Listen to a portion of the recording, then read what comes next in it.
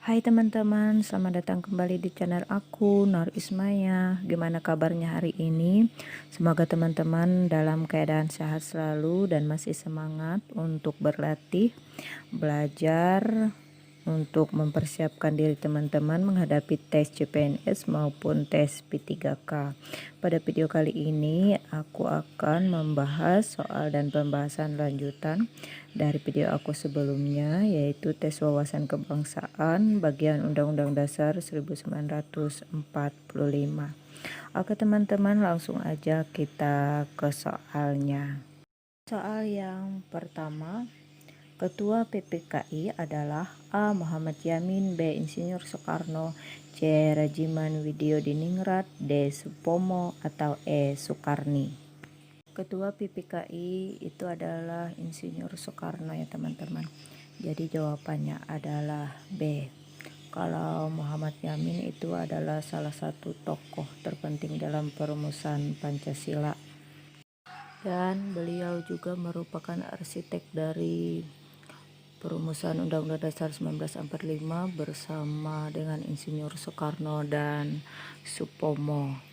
Adapun Rajiman Widyodiningrat adalah ketua BPUPKI dan Soekarni adalah yang mengusul agar teks proklamasi ditandatangani oleh Insinyur Soekarno dan Muhammad Hatta.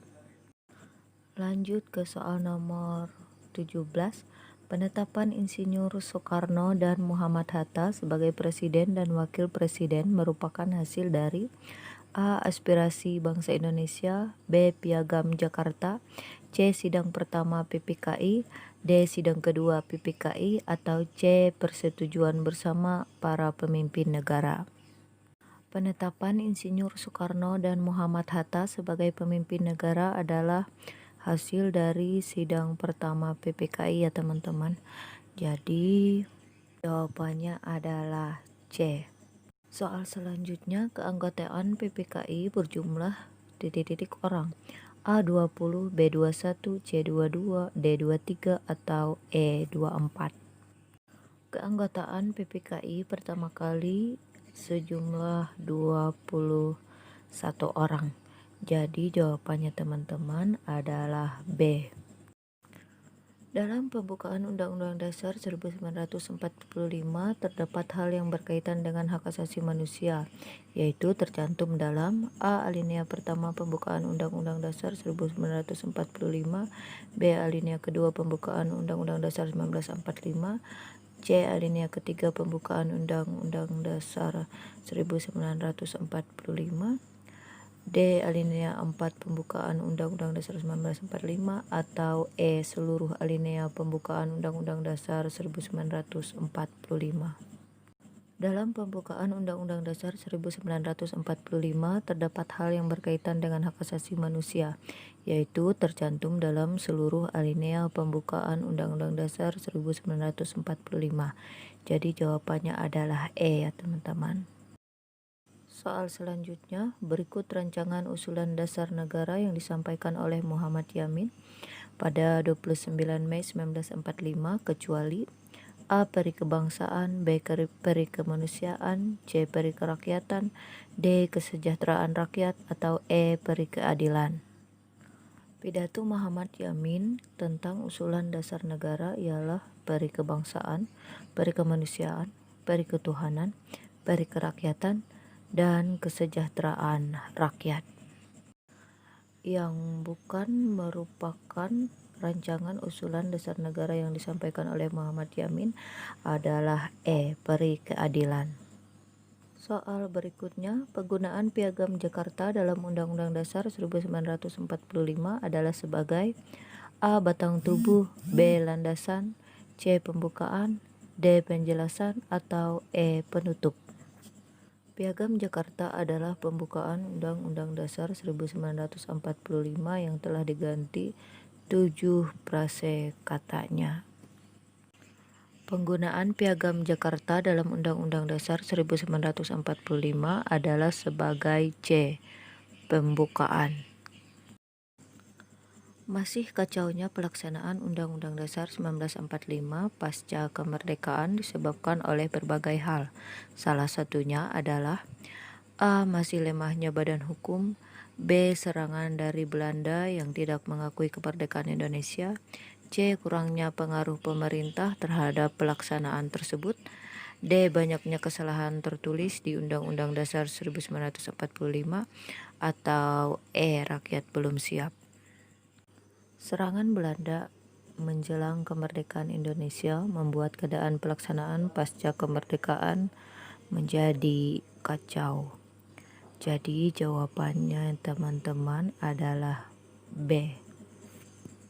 Soal selanjutnya, sistem pemerintahan Indonesia menurut Undang-Undang Dasar 1945 adalah A. Parlementer, B. Monarki, C. Oligarki, D. Presidensil, atau E. Federal. Dalam Undang-Undang Dasar 1945, sistem pemerintahan Negara Kesatuan Republik Indonesia adalah presidensil. Jadi jawabannya adalah D ya teman-teman.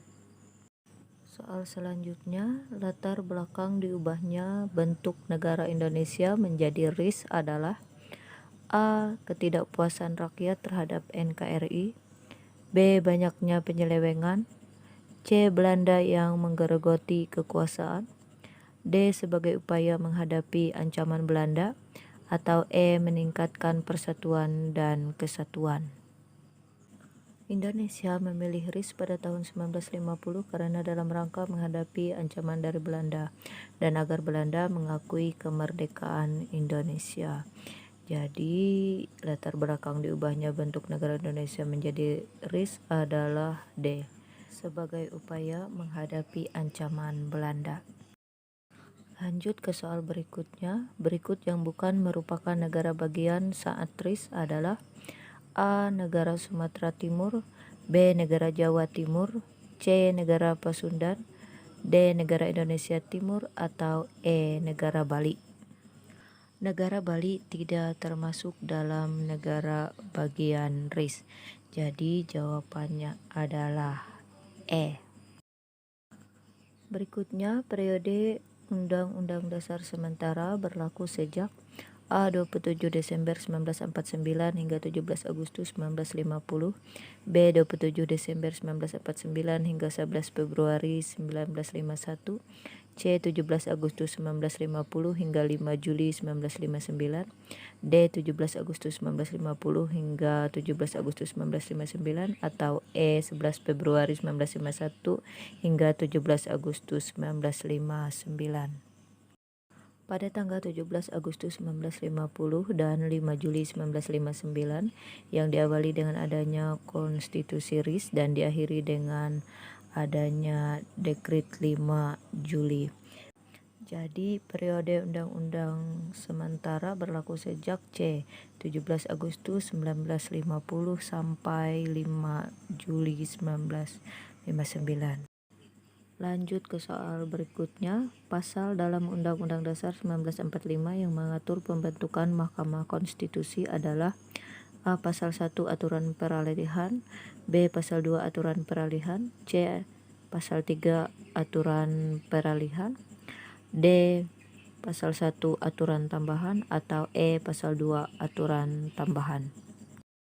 Pasal yang digunakan sebagai acuan pembentukan Mahkamah Konstitusi dalam Undang-Undang Dasar 1945 adalah Pasal 3 Aturan Peralihan.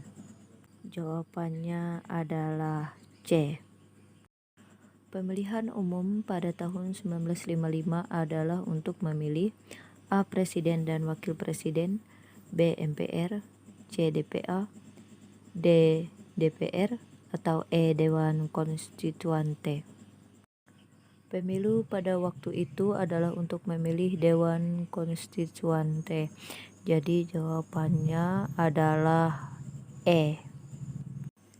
Negara Indonesia adalah negara kesatuan yang berbentuk republik. Menurut Undang-Undang Dasar 1945, hal ini terdapat pada pasal A. 1 ayat 1 Undang-Undang 1945, B. 1 ayat 2 Undang-Undang 1945, C.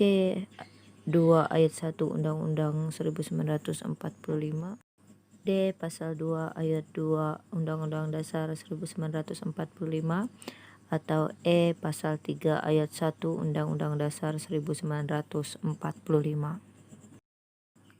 Pernyataan pada soal merupakan bunyi pasal 1 ayat 2 tentang kedaulatan negara. Jadi jawabannya adalah B. Pasal 1 ayat 2 Undang-Undang Dasar 1945. Soal yang terakhir. Dalam pembukaan Undang-Undang Dasar 1945 terdapat 4 pokok pikiran yang paling utama. Pokok pikiran kedua berisi tentang A. Negara bercita-cita untuk merdeka, bersatu, berdaulat, adil, dan makmur. B. Negara melindungi segenap bangsa Indonesia dan seluruh tumpah darah Indonesia.